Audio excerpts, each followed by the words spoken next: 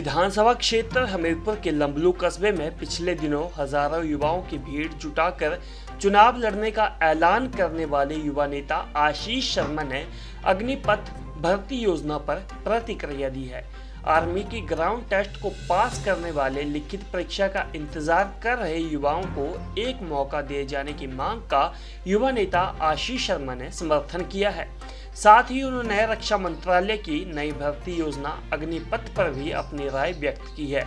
वे शुक्रवार को हमीरपुर में मीडिया कर्मियों से रूबरू हो रहे थे। इस दौरान प्रदेश गौ सेवा आयोग के सदस्य एवं युवा नेता आशीष शर्मा ने कहा कि सरकार को इस योजना को वैकल्पिक तौर पर लॉन्च करना चाहिए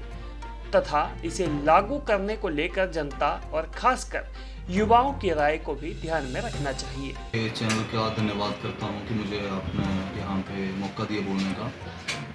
इस पर अपने विचार में इसी तरह से रखना चाहता हूं कि आप सब जानते हैं कि हमीरपुर में और हिमाचल में लगभग आप देखेंगे तो हर गांव हर घर से कोई ना कोई सैनिक रहा है या भर्ती में जाते ही हैं। जैसे मेरे खुद परिवार से दादाजी मेरे फौजी थे, चाचा जी फौजी थे, एयरफोर्स में थे। मैं तो यही चाहूँगा कि जो ये सरकार ने डिसीज़न लिया है अग्नि जो पथ इन्होंने यहाँ पे जो भर्ती को जो पॉलिसी चेंज की है गवर्नमेंट ने, एक तो जो पहले जो हमारे नौजवान लड़के थे जिन्होंने जो 2 साल से वेटिंग पे थे, जिन्होंने अपना ग्राउंड वगैरह क्लियर किया हुआ था और जो टेस्ट का इंतज़ार कर रहे थे कि टेस्ट होगा और हम आर्मी में जाएंगे, तो मैं अपनी तरफ से तो ये बोलना चाहता हूँ कि एटलीस्ट सरकार को जो वो लड़के थे करीब 10-12 हज़ार जो हमारे प्रदेश के युवा थे जो कि इस उम्मीद पे थे कि कोविड के टाइम के बाद उनको टेस्ट का मौका मिलेगा, तो मैं तो यही चाहूँगा कि उनको सरकार को इतनी जल्दबाजी नहीं करनी चाहिए थी और एटलीस्ट उनको एक टाइम देना चाहिए था। जो युवा थे जिन्होंने क्वालिफाई किया था, जैसे यहाँ पे 10-12 हज़ार थे, तो पूरे देश की बात की जाए तो करीब 1-1.5 लाख युवा होगा जो कि अभी टेस्ट में जिन्होंने क्वालिफाई करना था और रेगुलर भर्ती में जाना था। तो एक तो वो समय देना चाहिए था सरकार को ताकि युवा अपना प्रदर्शन कर सकें। बाकी दूसरा जो ये अग्निपथ भर्ती योजना जो गवर्नमेंट ने शुरू की है, इसके ऊपर भी मैं ये चाहता हूँ कि एटलीस्ट जो पूर्व सैनिक हैं हमारे या जो अभी नौजवान लड़के हैं जो अभी आपको भी पता है जो यंगस्टर जो आर्मी में जा रहे हैं, सबको कॉन्फिडेंस में लेके एक सरकार को बैठ के चर्चा करनी चाहिए थी इसके ऊपर। और अगर जैसे अभी 2 दिन पहले आपने देखा कि इसमें पहले टाइम पीरियड 17 वर्ष से लेके 21 वर्ष था, फिर इन्होंने 23 वर्ष अभी मेरे ख्याल से परसों किया है, 23 वर्ष कल रात या परसों किया, 2 साल बढ़ाया है। तो वैसे जो भी इसमें ड्रॉबैक्स हैं सरकार को इसमें देख के जो भी इसमें कमियां हैं उनको दूर करना चाहिए और जो रेगुलर भर्ती है मेरे हिसाब से उसको भी जो रह गए हैं लड़के उनको मौका देना चाहिए। दिनों से मेरी तबीयत ठीक नहीं थी, मैं बीमार था, कल मैं हॉस्पिटल के लिए गया था, तो मुझे जब मैंने देखा यहाँ पे रास्ते में प्रदर्शन भी चला हुआ था, मुझे बड़ा दुख हुआ कि ये सब नौबत आई है। लेकिन युवा साथी जब भी जो गलत है, अगर कुछ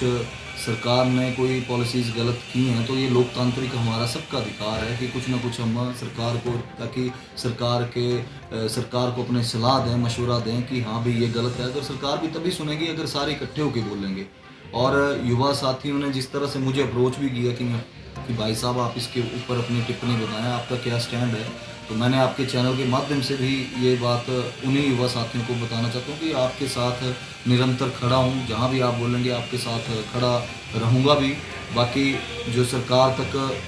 पहुँचने वाली बात है वो लगे हुए हैं, सारे ही लगे हुए हैं पहुँचाने के लिए। और मुझे लगता है कि सरकार को जो स्पेशली ये जो बच्चे 10-12 हज़ार क्वालिफाई किए हुए थे, इनके बारे में ज़रूर उनको सोचना चाहिए और एक समय उनको देना चाहिए और उनको उसी हिसाब से टेस्ट लेने चाहिए जैसे पहले होते बोल रहे हैं। देखिए अगर ठीक है ये बात सरकार ने जो सोची है कि 17 वर्ष से जब बच्चे जाएंगे 21 वर्ष तक वो ट्रेंड होंगे या 23 वर्ष तक जब वो 4 साल के टाइम पीरियड उनको इस ट्रेनिंग के दौरान मिलेगा, ये सही बात है कि बच्चे स्किल्ड होंगे। और जैसे यहाँ पे वो अगर रोज़गार नहीं है कुछ भी उनके पास, तो अगर वहाँ पे जाएंगे तो उनको एक डिसिप्लिन्ड लाइफ जीने का मौका मिलेगा। लेकिन इसके साथ साथ अगर रेगुलर भर्तियाँ सरकार रखती है और इसमें से भी अगर 25% जैसे वो ले रही है, अगर कोई अच्छी प्रतिस्पर्धा वाला अच्छा कंपटीटर बच्चा है अगर वो रहता है तो वो उसमें और भी एक प्लस पॉइंट सरकार के लिए भी होना था और बच्चों के लिए भी होना था, क्योंकि आजकल आपको पता है कि बेरोज़गारी की हालत बहुत ज़्यादा है, बेरोज़गार बच्चे बहुत ज़्यादा हैं पूरे देश में, प्रदेश में। और सेना के प्रति आपको पता है, सेना में अगर कोई भी बच्चा जाता है तो वो इस भावना, सेवा की भावना से भी जाता है, और शायद वो अपने आप को ग्रो तभी कर पाएगा जब उसको समय मिलेगा। मुझे लगता है कि बच्चों को समय देना चाहिए, टाइम पीरियड को भी बढ़ाना चाहिए, और जो रेगुलर भर्ती होती है, जो चली रहती है, जो पिछले 2 वर्षों से कोरोना के टाइम से वैसे ही बंद थी, उसको भी रेगुलराइज करना चाहिए। तो जहाँ पे भी जिस फील्ड से बच्चे निकलें, देश की सेवा में जाएं और अच्छा वहाँ पे देश की सेवा करें। सर, बात करें हमीरपुर जिला की, पुनर्विचार और सबके साथ चर्चा करके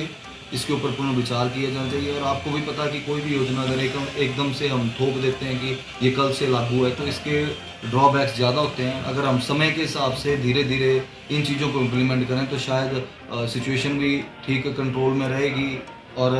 सरकार की भी जो पॉलिसीज़ है उसको भी समझने में युवाओं को सहूलियत मिलेगी।